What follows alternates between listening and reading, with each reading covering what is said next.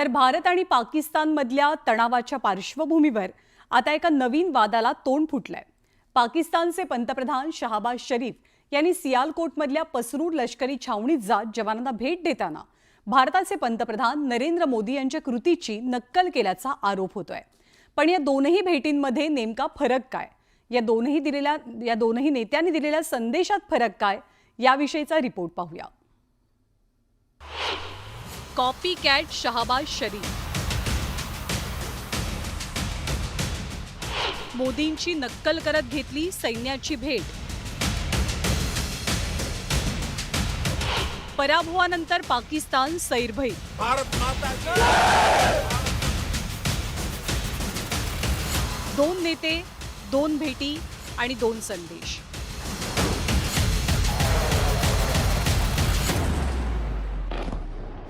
असं म्हणतात की युद्ध परिस्थितीत बुलेटपेक्षाही शक्तिशाली आवाज असतो तो नेतृत्वाचा।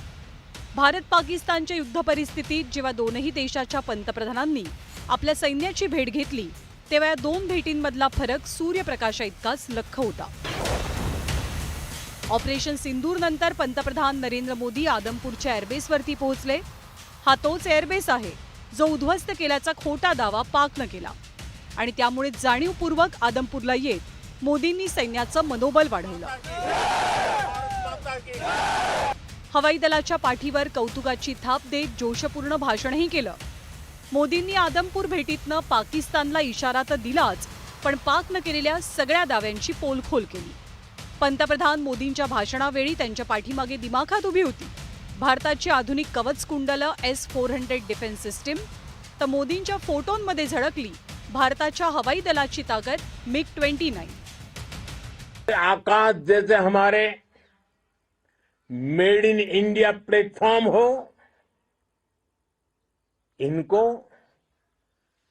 S-400 जैसे आधुनिक और सशक्त डिफेंस सिस्टम ने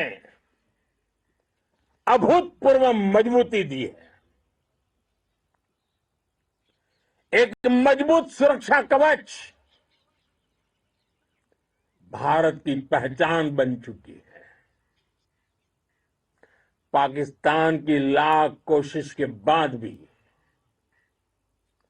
हमारे एयरबेस हो या फिर हमारे दूसरे डिफेंस इंफ्रास्ट्रक्चर, इन पर आंच तक नहीं आई।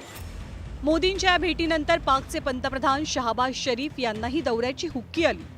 या दौऱ्यात शरीफ यांनी मोदींची हुबेहूब नक्कल करण्याचा प्रयत्न केला, पण ही नक्कल करताना पाकनं स्वतःची अक्कल मात्र गहाण ठेवली। पाकचे पंतप्रधान शहबाज शरीफ सियालकोटच्या पसरूर लष्करी छावणीवर पोहोचले। 10 मेला भारतानं याच परिसरातली पाकची रडार सिस्टीम पूर्णपणे उद्ध्वस्त केली होती। त्यामुळे शहबाज शरीफ यांच्या दौऱ्यात न कोणताही जोश होता न उत्साह। पंतप्रधान मोदींच्या दौऱ्यातनं भारतानं आपल्या विजयाचं सेलिब्रेशन केलं, भारत माता की, भारत माता की। तर शहबाज यांचा दौरा म्हणजे पराभवाचं चिंतन होतं।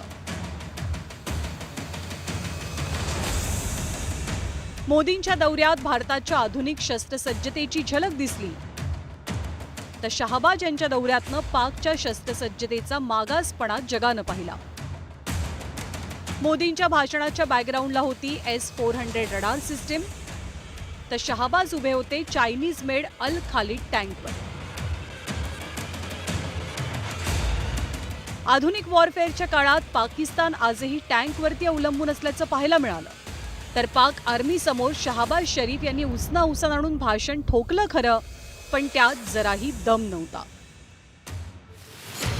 या दोन नेत्यांच्या भेटींची दृश्य पाहिल्यावर हे लक्षात येतं की भारत शस्त्र सामर्थ्यासह उभा आहे, तर पाकिस्तान नुकसान झाकण्याचा प्रयत्न करतोय। कारण मोदींनी पाकिस्तानला दिलेली वॉर्निंग कोणत्याही क्षेपणास्त्रापेक्षा कमी नाहीये। अगर पाकिस्तान ने फिर से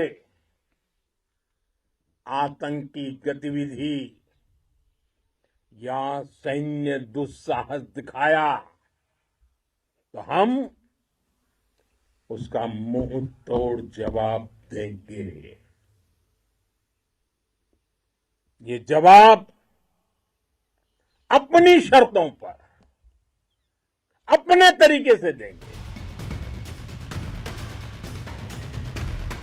ब्युरो रिपोर्ट, न्यूज 18 लोकमत. तर भारतानं 7 मेला ऑपरेशन सिंदूर राबवलं आणि पहलगाम दहशतवादी हल्ल्याचा बदला घेतला.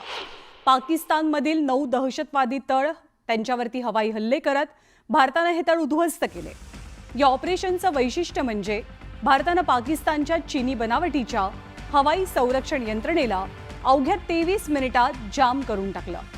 यानंतर हवाई दलानं अचूक लक्ष्यभेद करत ऑपरेशन यशस्वीपणे फते केलं.